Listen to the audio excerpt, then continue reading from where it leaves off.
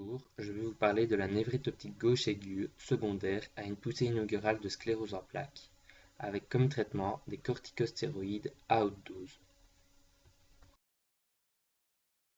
Notre patient a donc atteint de sclérose en plaques, qui provoque une névrite optique gauche aiguë, un scotome, une mauvaise distinction des couleurs, des douleurs et cependant un aspect externe de l'œil normal. La sclérose en plaques est une maladie auto-immune dont les origines sont mal connues mais dont on pense qu'elle pourrait être due à certaines attaques virales, une carence en vitamine D et au tabagisme. Les auto-anticorps produits ont pour cible une protéine basique et une glycoprotéine de la myéline produite par les oligodendrocytes, donc de la myéline du système nerveux central. Celle-ci diffère de celle du système nerveux périphérique qui, elle, est produite par les cellules de Schwann.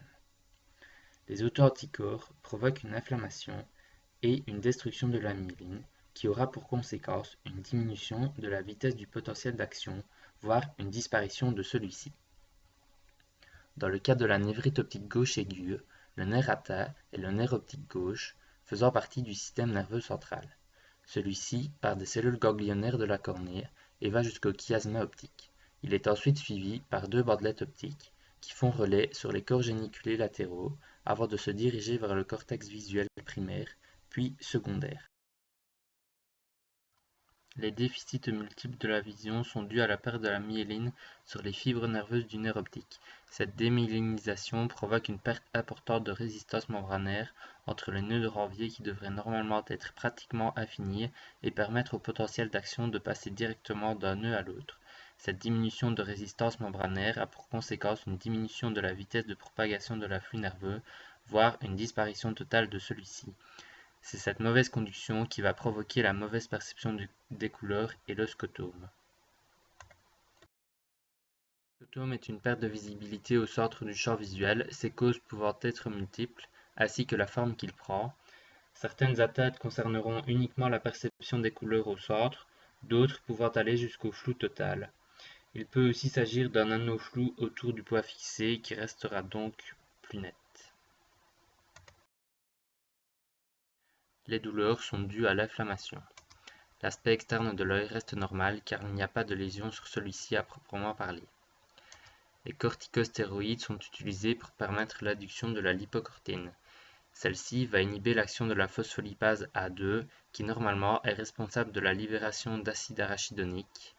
L'acide arachidonique est le précurseur des prostaglandines et des leucotriènes qui sont responsables de l'inflammation. Comme il n'est plus libéré, les leucotriènes et les prostaglandines vont diminuer et donc l'inflammation aussi. Le patient a donc atteint de sclérose en plaques, qui est responsable de l'inflammation du nerf optique gauche. Cette inflammation va provoquer la névrite optique gauche aiguë avec démyélinisation des neurones. Cette démyélinisation va provoquer la diminution de résistance membranaire, ce qui va provoquer la diminution de vitesse de l'afflux nerveux, voire la disparition totale de celui-ci. C'est cette perturbation de l'afflux nerveux qui va provoquer le scotome et la diminution de perception des couleurs. La démyélinisation va soit être réversible, soit irréversible si les lésions sont trop graves et trop avancées.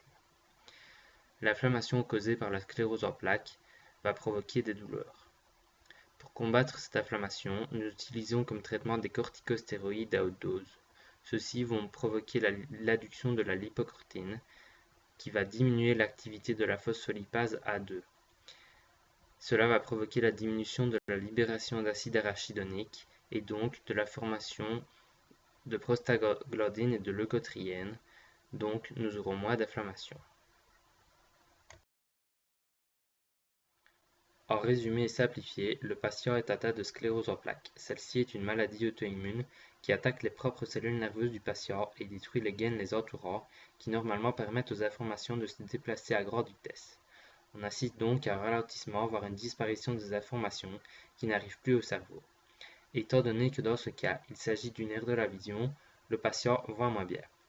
Le traitement choisi a pour but de diminuer l'inflammation et donc de permettre la régénération des gaines de myéline.